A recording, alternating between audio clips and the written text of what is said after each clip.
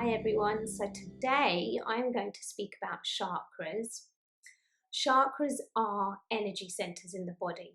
There are 7 main energy centers, starting from the base of the spine going up to the crown of the head.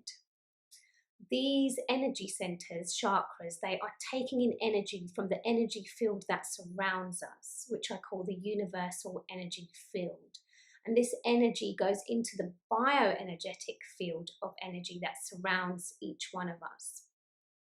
This energy goes to all of our vital bodily organs, our endocrine glands, our nervous system, and the energy is also absorbed by the muscles and the tissues of the body.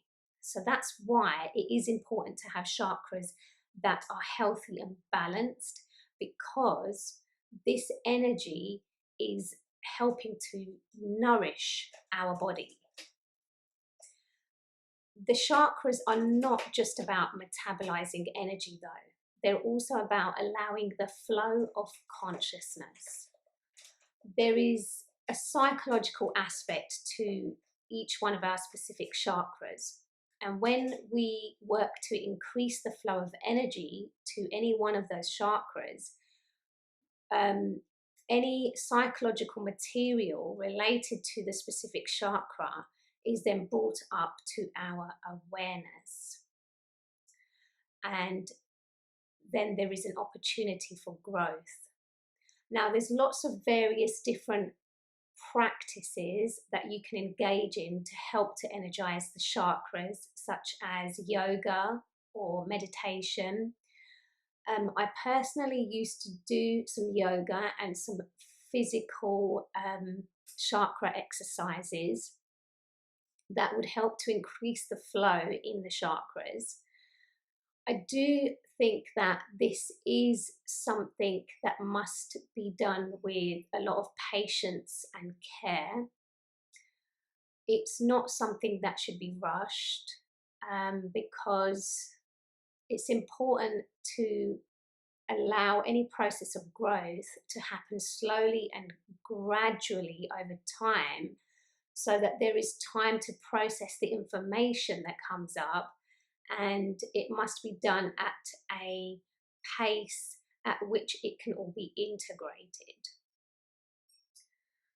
So basically, the more we participate in this process, the more energy we bring in, the healthier we can be. So now what happens if this energy flow is to get disrupted? And if it does get disrupted, what is the result of that? So the energy flow can get disrupted from various different things, such as traumas, if we've had experiences of abuse of some kind. It can get disrupted from illness, from day-to-day stress, from anxiety, depression, also from personal beliefs, from lifestyle choices, and any sort of long-held, deep-seated traumas. And when this energy flow does get disrupted, we get ill, and also we may just feel like as though life doesn't go as smoothly as what we want it to. I do want to mention here though as well that this could also result in a very distorted view of life. So perception is quite an important thing to consider here, because the same thing could happen to 2 different people, but however be viewed and experienced in an entirely different way. And so really this is therefore about growing your consciousness. Once you have done a lot of personal growth, you may even find that things that once upon a time really stressed you out just don't seem to affect you the same way anymore. And And that's because you've managed to grow your consciousness to the degree where you understand that life isn't so much about it running smoothly all the time and life being perfect, happy and positive all the time, so much as it being about really just having the strength to deal with whatever situation comes up in your life. So,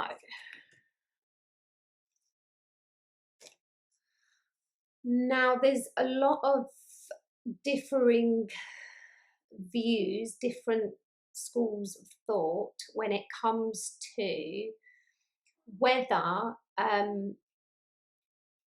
whether the energy flow in the chakras is disrupted as a result of physical illness and disease in the body, or whether it's the physical illness and disease in the body that actually affects the flow of energy in the chakras. I'm personally of the view that the physical body sits in the energy body, that it's the most dense aspect of who we are. It is like that last layer of us, that final materialization into physical form, materialization of who we are at the energy level into physical form. So therefore I do believe that, sorry, my cat startled me then. So I do believe that the energy in, the illness and disease, that it basically starts in the subtle layers of our energy bodies. And this is basically like long held negative thought patterns or belief systems, and also emotional stuff that has been kind of stuck in our energy bodies. And if it's been sort of left unresolved for a long time, it eventually trickles down through the layers until it finally manifests into physical illness and disease. So that is like the kind of end result of it. So basically it's the energy in the body that we were not able to handle. I do think that this is something that I'd like to talk about more, perhaps in a separate video at a later time. But for now, I'm just going to leave it there. So I hope you found this video helpful in understanding the chakras.